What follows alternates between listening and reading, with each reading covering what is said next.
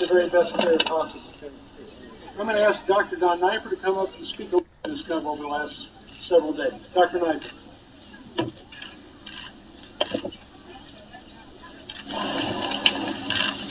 So as Dennis mentioned, we were prepared for twins. We did know that that would come with its own set of challenges. One of our practices that we took part in was to routinely swap the cubs out from mom into our incubator for care by our staff, and then back in with mom. The overall purpose being to allow both infants the benefit of spending time with their mother. Nothing replaces mom, and we wanted to give them equal opportunities to bond and to obtain the nutrients that she could provide. Most recent swap occurred this morning. At that time, the larger of the two cubs went back with Meijiang and is currently with mom. Is currently doing great. He's very robust, very strong.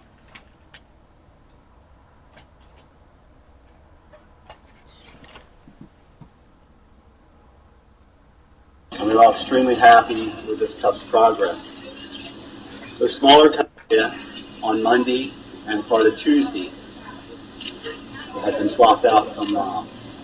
During this time, the cub was noted to be strong and vocal and responded very well to all of the nourishment we provided, as well as the fluid therapy and supportive care that was provided by our nutrition, animal care, and veterinary staff.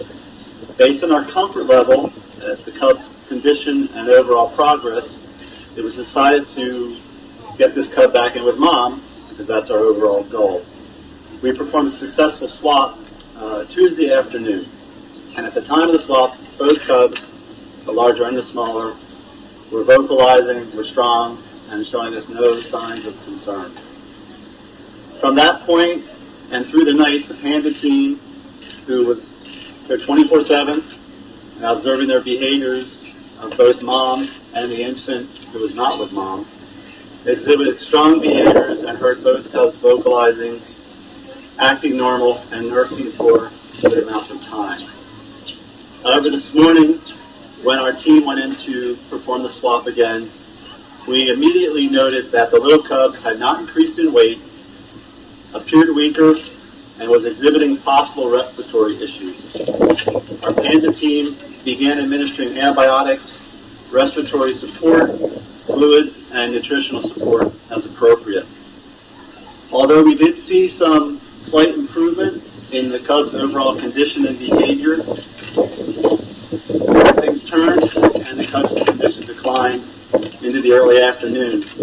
And despite extreme efforts on the part of our dedicated staff, we weren't able to change things. We've talked about why we swap cubs out. It was mentioned early on that Meijiang, at the point of her second cub being born, was showing us some challenges with handling both animals. She was showing no preference for either cub. In fact, she was trying to do her best with both, but was having some challenges in manipulating them. We had some concerns that a cub may be injured, or both may be injured, and per our protocol, and per the protocol that our Chinese partners have been using for years, we decided to move forward with swapping cubs back and forth with mom. It's obvious we were prepared, but it's not surprising that we're disappointed. What we do want to do, though, is turn our attentions, learn what we can from this event to help panda conservation in the United States and internationally. But we really want to focus on what we also have, which is a healthy panda, and we remain very optimistic about that animal's future. We're going to have Brandy Smith come up and address the group on some of the reasons and steps that we've taken in providing for care for our pandas. First, I'd like to thank the entire Panda Care team, the keepers, the curators, veterinarians, nutritionists, biologists who have been here round the clock since their twins were born. We've had an incredible team that was very well prepared for Meishan to give birth to 1 or to 2 cubs.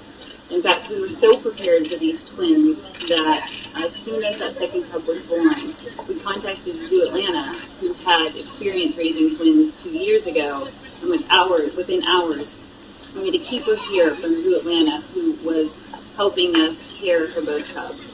We learned quickly that Meishan was having trouble caring for 2 cubs, and so as per our protocols, we immediately began assisting her with raising them.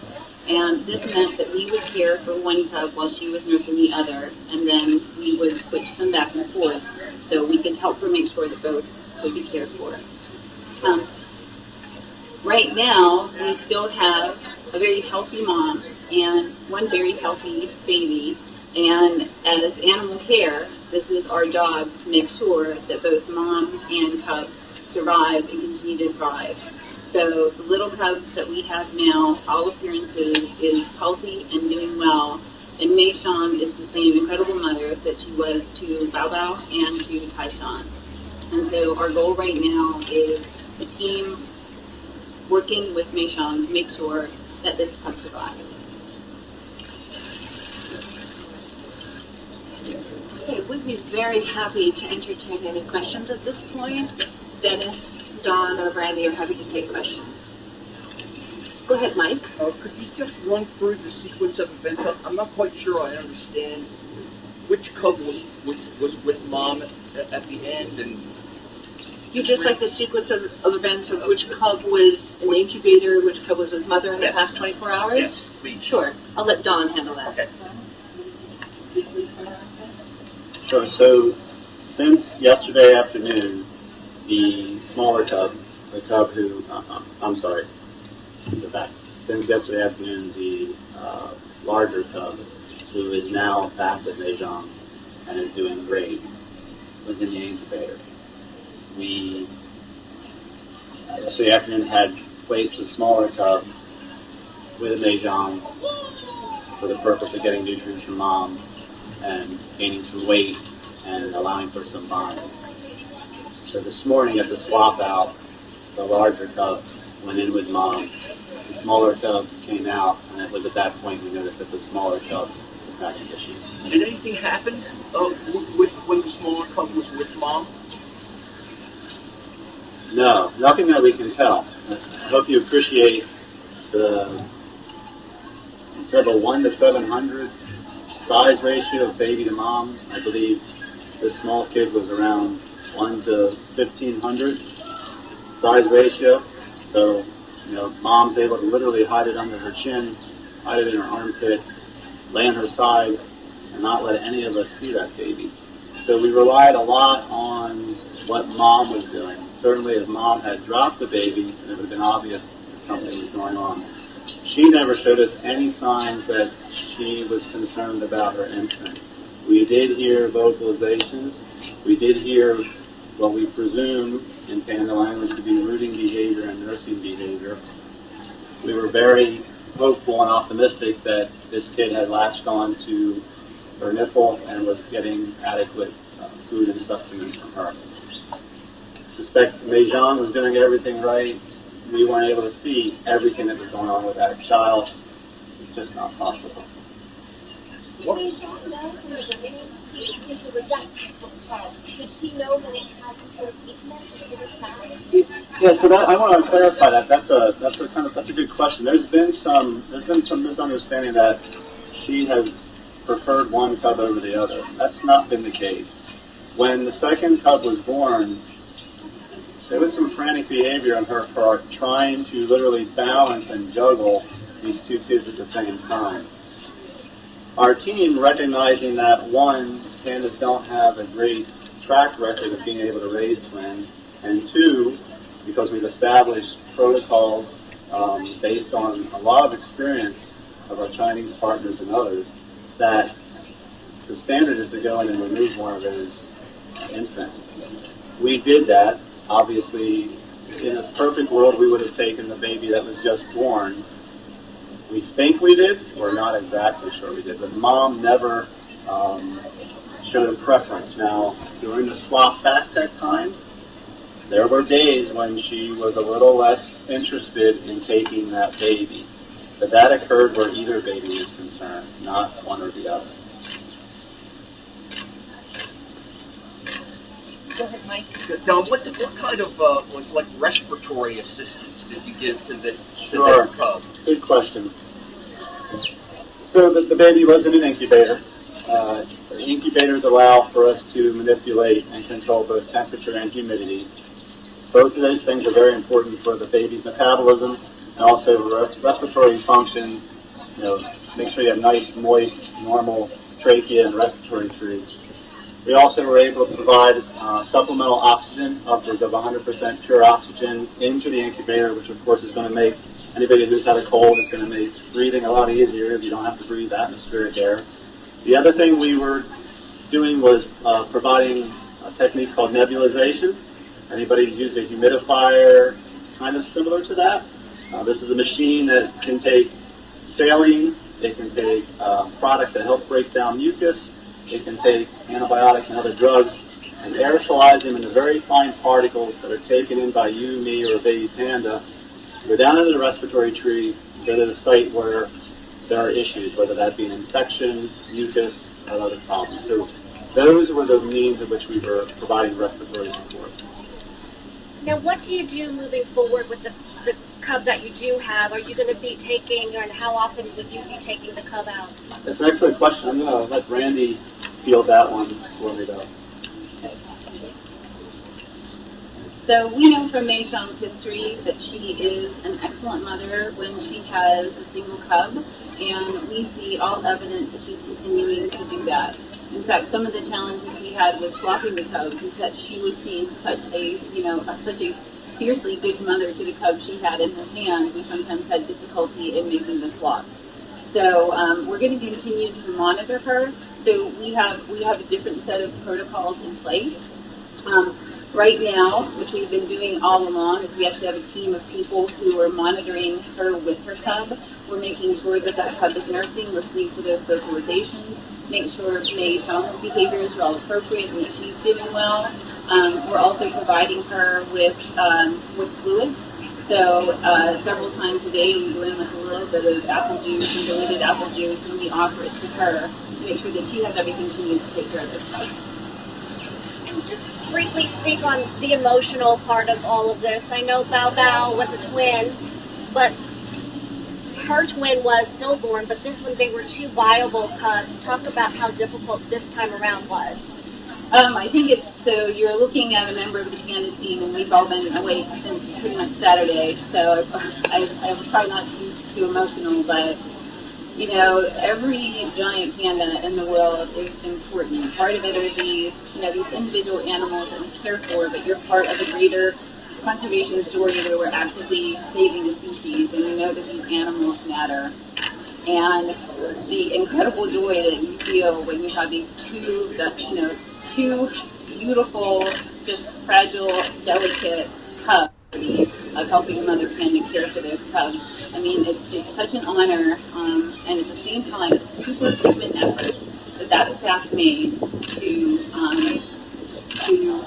to keep this cub alive. I mean, the entire panda house was filled with the best medical, the best animal care team in the world. That house was filled with that team. And so we were so incredibly hopeful because we knew the talent we had on site. And then when we realized the cub wasn't going to make it, it was devastating. Is there a likely cause of death at this point? So the question is, do we have a feel for why this cub died? We have what's called a differential. There's several possibilities, but honestly, we won't know until a full necropsy is performed, and possibly not until we receive back slides from those tissues, which is called histopathology. We will be working with our pathology team here in concert with our Chinese partners to collect the appropriate tissues and run the diagnostics. We've talked in the past that these cubs are very fragile. They're subject to changes in temperature, they don't have the ability to thermoregulate. They really need to constantly have food coming into the furnace in the form of glucose. Whether or not any of those things resulted in the animal's immediate demise or set the cub up for infection or other immune problems, we won't know for some time. You said that you hope to learn from this moving forward. What have you learned from this experience? Every animal that we hand rear, or every animal that's mother reared, and we do behavioral observations, that in itself increases our knowledge base. In part, we have a large staff here. Everybody comes on with different levels of experience, with different species and taxa and techniques. That room was full at all times of people watching and doing and learning. So every time we have a panda birth, and if we have to hand raise, we talked before about that really making us go from 0 to 60 in terms of labor and what we need to do. But a lot of people came out of this procedure or this event. They've seen baby pandas bottle raised. They've seen baby pandas swapped out. That whole group of people, some of which are very young in the field, they can go elsewhere. They can test best practices. They can help other institutions with pandas or panda-like species in management. When we receive back our results from pathology, depending on what they identify, may alter the way we approach the next panda cub. And we certainly will share that information with our partners. It's kind of what we do in zoos now. We don't live in bubbles. Everything goes out. We try to make things better as we all deal with what's going on in the world with species and environments. So it's exponential, essentially.